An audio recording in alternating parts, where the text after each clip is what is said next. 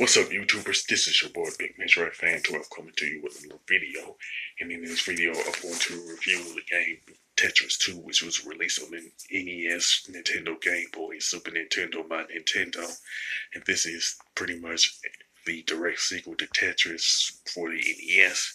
And it plays more like Dr. Mario, where you pretty much have to eliminate exploding balls to advance to the next stage. And one thing about uh, Tetris 2 is that it has 100 stages where you have to match and eliminate the exploding balls with the blocks by the colors for the Super Nintendo and NES version.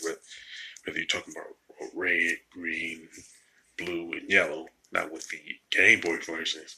You do the same thing, but with white, black, and diagonal bars and blocks and stuff like that. Now, all three versions have a two-player co-op. But what makes the Game Boy version different, of course, you will need a cable, Game Boy cable, two Game Boys, and two copies of Tetris 2 to play a two-player co-op. And it also has a one-player versus computer. And with the one-player mode, you just try to eliminate the exploding balls and clear the board through the 100 stages, pretty much until you die and stuff. And with the two-player co-op, it's pretty much like this. You play against somebody else with the goal of trying to clear out the board before your opponent, and whoever does it first pretty much wins.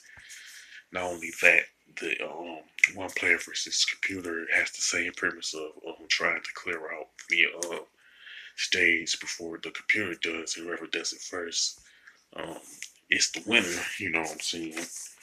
And you can set up things like the difficulty, what stage or level you and your opponent play on, along with what music you want to play while playing it. You know, so it'll just cut the music off. You know, now the graphics and design of Tetris 2 are pretty good. You know, what I'm saying, with some good color palettes with the NES and Super Nintendo versions, and the design and the graphics are good on the Game Boy version 2. But as far as graphics are concerned, the Super Nintendo version has a clear-cut advantage. Not a clear-cut advantage, but it has an advantage nonetheless. Now, the controls and gameplay are good, but none of the three versions have a clear-cut advantage over each other, you know what I'm saying, because they play the same way. Now, the soundtrack is pretty good, you know what I'm saying, and whichever version you think is the best is depending on personal preference, you know what I'm saying.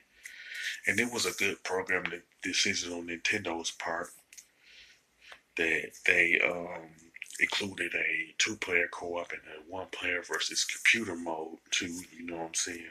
But somehow Tetris 2 wasn't as popular as the first Tetris game, even though it was sold it's good, even though it's sold well, you know what I'm saying. Now, I can recommend Tetris 2 regardless of which version to anybody who is a Tetris fan, a fan of the puzzle genre, or anybody that's a retro gamer, you know what I'm saying. And as far as the score, I definitely give it an 8 out of 10, you know what I'm saying. With that being said, if you like Tetris 2, regardless if it's the NES version, Game Boy version, or Super Nintendo version, you can mention it in the comment section. If you think one version is the best, whether it's the Super Nintendo version or whatever, you can mention that. Just sound off in the comment section about Tetris 2, you know.